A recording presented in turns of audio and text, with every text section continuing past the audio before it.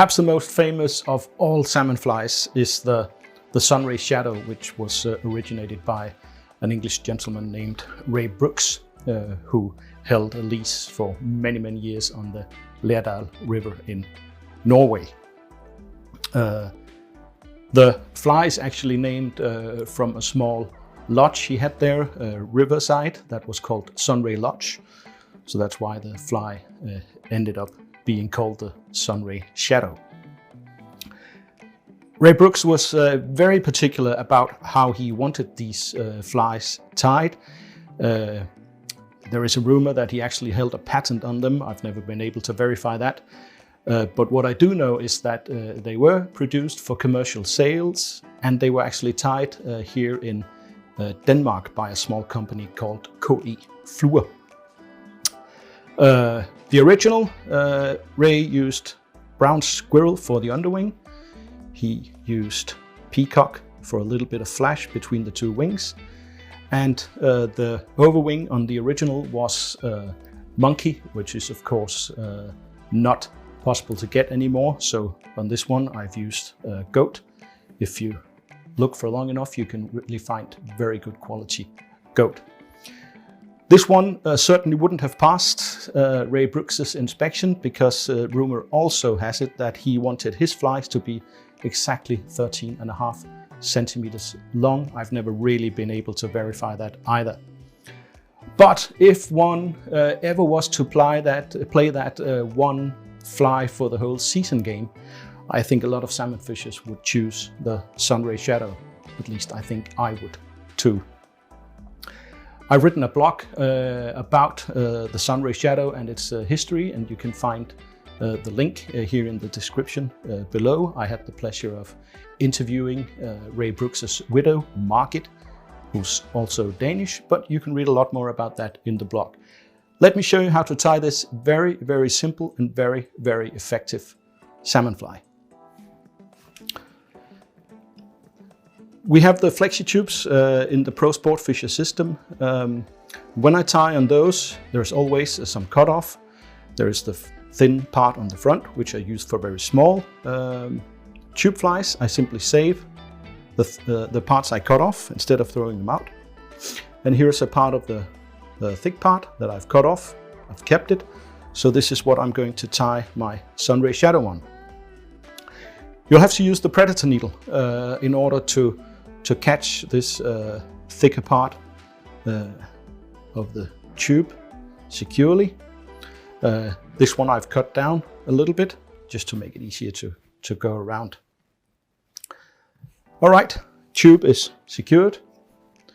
I just use a normal black tying thread, which I attach right here at the front of the tube. Not too close to the front, but it doesn't have any body, and of course I won't be putting on a cone head either. Rather than using squirrel for the underwing and monkey for the overwing, I think most people today tie them with Polarbear for the underwing and of course goat for the overwing. I really like to use Polarbear. This is a piece from an old vintage skin. So I cut out a small bunch, not too much. You really want to keep it fairly sparse, even though the historic samples of the Sunray Shadow that I've seen are really not particularly sparse.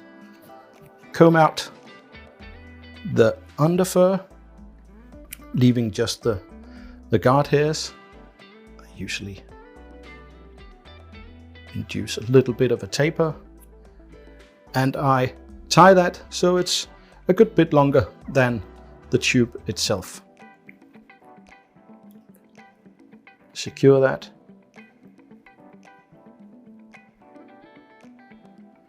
And I use quite a lot of turns here to make sure that it stays on. This is stiff and slippery hair. So I just come in with the very point of my scissors to clean that up. Now, this would probably have Ray Brooks turning in his grave, but I use a piece of Flashabou, or who knows, maybe Ray would have been the first to use these modern materials. Actually, I think he would. Even though, as his widow described to me, he usually arrived at the river in an old Jaguar with two 17-foot split cane rods on the roof, so maybe he was a bit of a traditionalist after all. Anyway, 2 strands of flash. And this is, as I said, this is goat. This is very fine quality. And when you stumble upon this fine quality goat, stock up, because it's not always easy to find. I just check to see if I have a suitable amount. I think that's all right. Cut it off. And once again, you can see there's a lot of underfur in this actually. Comb that out. Just leave the natural taper for the wing. And now this is where Ray Brooks apparently would have insisted on 13.5 centimeters. I think this is suitable compared to the length of the underwing, maybe a little bit longer. And of course, you can tie these in very small sizes. You can tie them very big. You can fish them as they are. You can even put a small hole in the tube and fish them as hitch flies. I have a couple of friends who do that with great success, even if it's a huge hitch fly compared to what you'd normally use. It works well. All right, sits well. Give it a 3 or 4 good turns so it stays on there. This is also a stiff and slippery material. Well, it's not stiff really, but it's very slippery.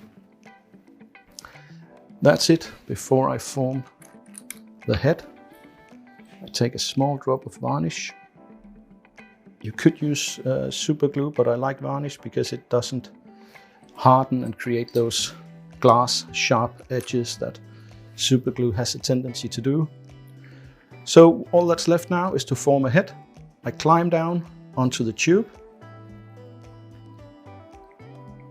and just work my way back up, covering the butt ends of the goat, and a quick 3-turn whip finish.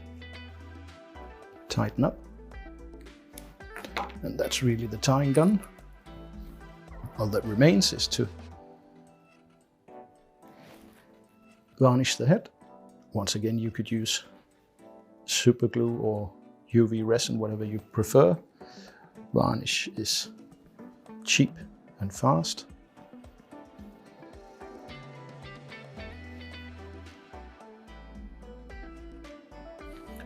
Just take care that it doesn't run into the wing. That's it. If you're in a hurry, heading to Norway tomorrow and don't have enough salmon flies, 10 of these doesn't take you long to make, and it is a very effective fly. Have fun with it, and thanks for watching.